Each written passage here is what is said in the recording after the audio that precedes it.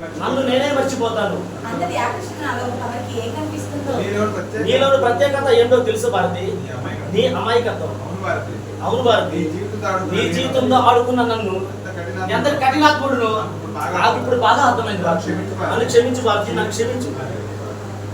అవే మాటలు కాదు, ఇదంతా నా పూర్వ సంస్కృతంగా భావిస్తాను భారతి. అవును కాదు, మీలో ఇంతటి మంచి మార్పు రావడానికి కారణం నిజంగా నాకు చాలా సంతోషంగా ఉంది. ఈ చల్లని గాలి, ఈ వాతావరణాన్ని ఒకసారి గమనించాను. మనుషులకు ఎంత ప్రశాంతత కలుగు చేస్తున్నాయి. అవును భారతి. ఈ చల్లని వాతావరణంలో వెన్నపూసలాంటి నీ చల్లని మనసు గల నిన్ను చూస్తుంటే ఏమనిపిస్తుందో తెలుసా?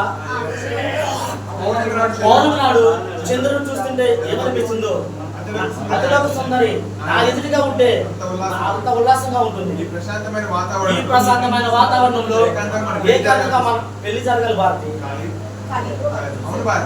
అవును భారతి. నీతో కొత్త జీవితం గడపాలని నా మనసు ఆరాటపడుతుంది. ఆశపడే కోసమే నేను ఎన్నాళ్ళ నుంచి ఎదురు చూస్తున్నాను. కానీ